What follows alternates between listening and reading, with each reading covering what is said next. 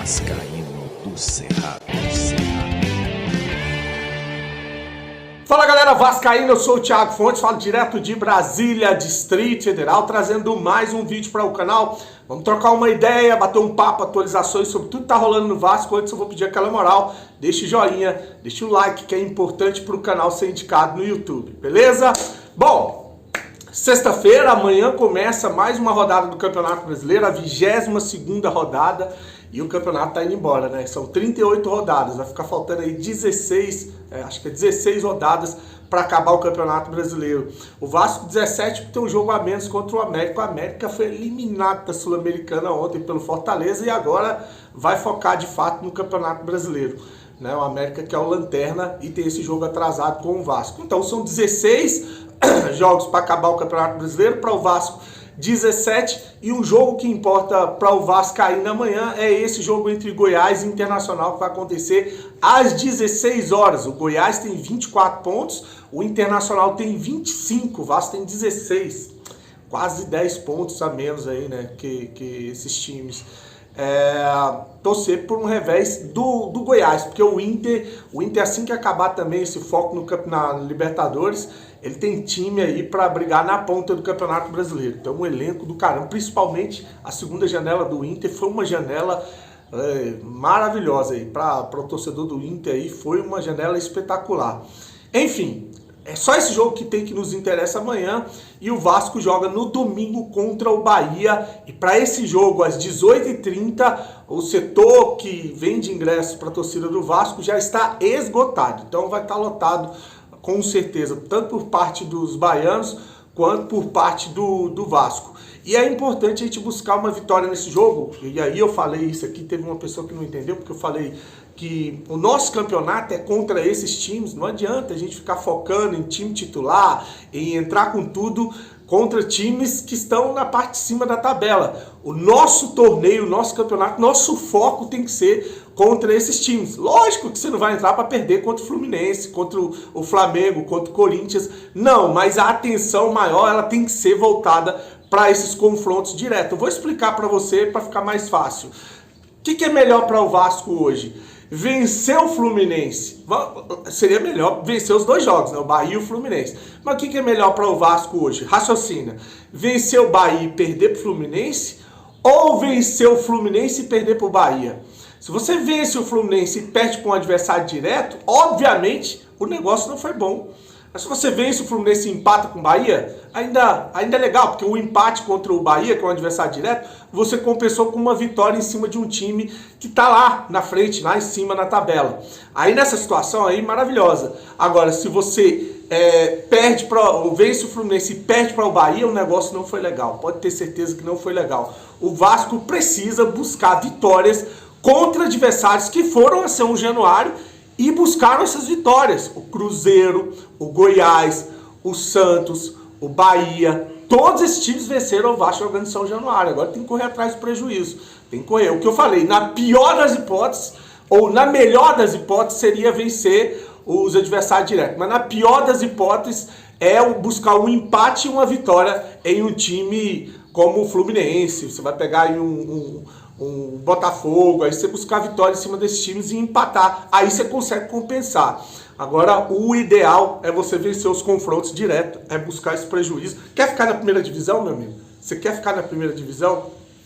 Tem agora um bom técnico, tem agora bons jogadores, tem que ter a obrigação de vencer o Bahia, cara. Tem a obrigação de vencer o Curitiba, com todo respeito ao Bahia, ao Curitiba, o América Mineiro. Porque se o Vasco não vence, já perdeu em casa, se o Vasco não vence esses times, não merece ficar na primeira divisão de fato. Vai amargar mais uma queda para a segunda divisão. Então amanhã a gente vem com o Campeonato Brasileiro, os jogos. Hoje eu só vou finalizar esse vídeo trazendo uma matéria, mais uma matéria do GE. Se ontem eu trouxe uma matéria negativa, hoje eu vou trazer uma matéria que ela foi vista de uma maneira positiva, para que as pessoas falem assim, O GE falou lá de um ano de SAF com 300 milhões de investimento, aí você não fala, né? Não, o que a gente vai falar, e eu vou trazer, que é o GE, trouxe uma matéria falando em um ano de SAF, né, que completa amanhã, e fala no maior investimento da história do Vasco, que é os 300 milhões que eles investiram no futebol do Vasco. Para mim, isso é uma opinião minha, até que me provem o contrário, dinheiro da Receita oriunda do próprio Vasco. O Vasco está sendo gerido com o dinheiro do Vasco. Ah, mas por que os outros presidentes não conseguiam fazer isso? Porque tinham os bloqueios judiciais. Porque a grana, quando entrava de cota de televisão, a grana, quando entrava de venda de jogador, ela era bloqueada, inclusive com presidentes ou gestores falando que os próprios grupos de oposição no Vasco é quem dava a letra na justiça para essa grana ser bloqueada. Pra você ver como é que a coisa é complicadíssima no Vasco, né?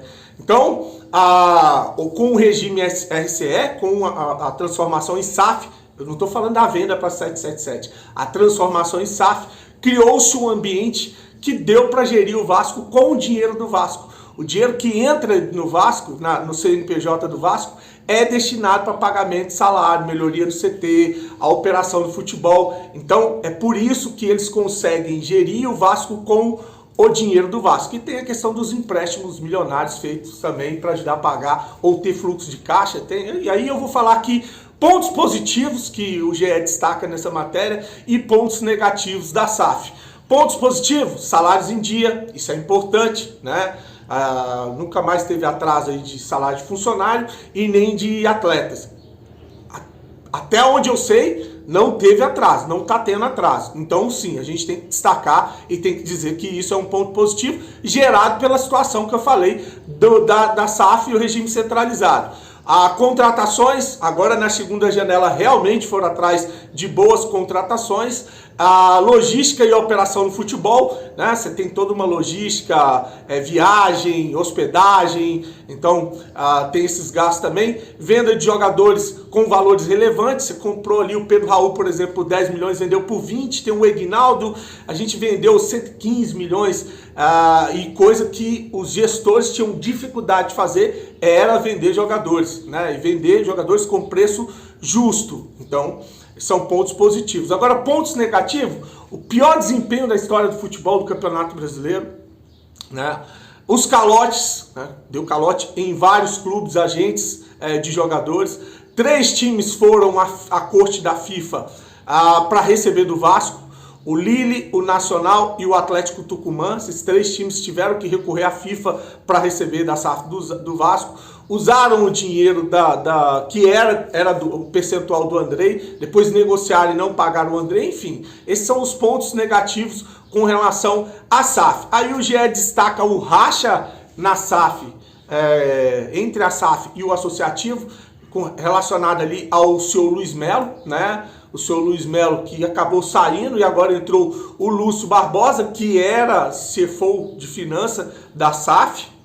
Então destaca esse racha, essa briga que houve entre o Vasco e destaca o alto faturamento no futebol nesse ano.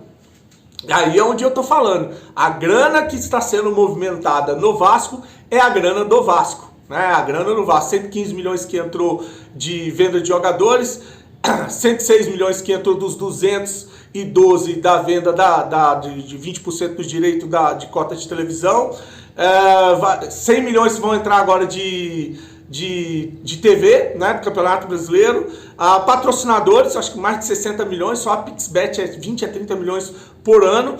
O Campeonato Carioca que a gente vendeu para a Cazé TV foram 8 milhões, aí teve bilheteria, só no Campeonato Carioca acho que foi 6 milhões em bilheteria, teve a Copa do Brasil, participação em passar pela primeira fase, venda de produtos oficiais, né, tem direito que você ganha de jogadores que foram negociados, como é o caso do Thales, enfim.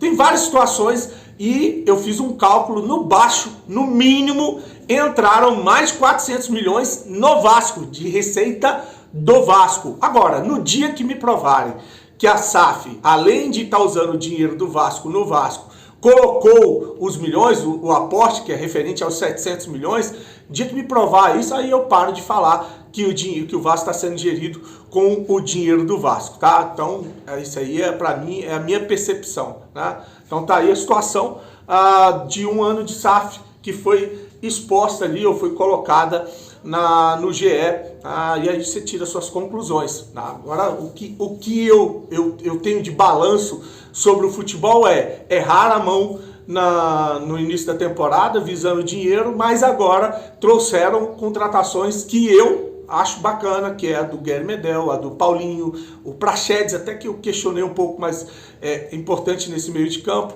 No ataque, o Verratti, agora vai estrear no domingo o Payet, vamos ver como é que vai ser o Payet contra o Bahia, tomara que dê certo, é o camisa 10. O técnico, eu acho que a melhor contratação dessa SAF é o técnico Ramon Dias com o filho dele, o Emiliano Dias, então tem sim pontos positivos, tem sim. O que eu alerto aqui, a minha grande briga aqui, que alguns vascaínos não entendem, é a gente precisa de dar transparência a esse negócio, a gente precisa de dar clareza a esse contrato para o vascaíno entender o que tem amarrado e se a gente está em uma cilada. Às vezes torcendo aqui pro futebol, mas sabendo que lá na frente tudo vai descarrilhar e vai dar errado. Então a gente precisa sim de cobrar tudo que prometeram. Olha, pensa, se a gente não tivesse feito pressão, se a gente não tivesse cobrado, feito questionamentos, tivesse aceitado com essa ideia de que, olha, vamos esperar, vamos aceitar, tudo vai dar certo, talvez o Barbieri estava aí até agora e as contratações que eles fizeram na primeira janela com o CEO lá, o Luiz Melo, ainda como presidente da SAF do Vasco. Então é importante sim fiscalizar, é importante cobrar, a gente não pode deixar de fazer isso. Então algumas pessoas não entendem, quem entende sabe que a gente quer o melhor para o Vasco sempre, beleza? Mais tarde eu venho com outro vídeo, desejar para você um dia abençoado, grande abraço, fique com Deus e saudações vascaínas.